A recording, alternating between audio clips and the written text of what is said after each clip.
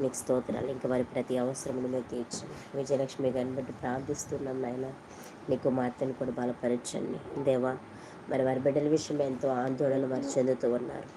మీ కృప చేత వారిని జ్ఞాపకం చేసుకుని వారి బిడ్డల జీవితంలో గొప్ప కార్యాలు, మహిమ కలిగిన కార్యములు, ఆశ్చర్యమైన కార్యములు మీరు జరిగించి మీ నామానికి మహిమ తెచ్చుకోనండి ప్రభు. మరి ముఖ్యంగా మంచి ఆరోగ్యాలను బిడ్డలకి, అంకుల్ గారికి మీరు ప్రసాదించండి.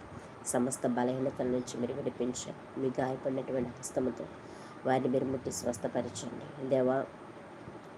మరి బిడ్డల మ్యారేజెస్ కొరకు మరి ఎంతగానో ఆందోళన చెందుతూ ఉండగా నాయన ప్రభా, మరి వారి విషయంలో గొప్ప కార్యాలు జరిగించండి. మీరు ఎక్కడ ఎవరిని మీరు సిద్ధపరిచారు. మీరు సిద్ధపరిచినటువంటి వ్యక్తితో వారికి వివాహాలు ఘనముగా జరుగునట్లుగా నీ కృప అనుగ్రహించండి.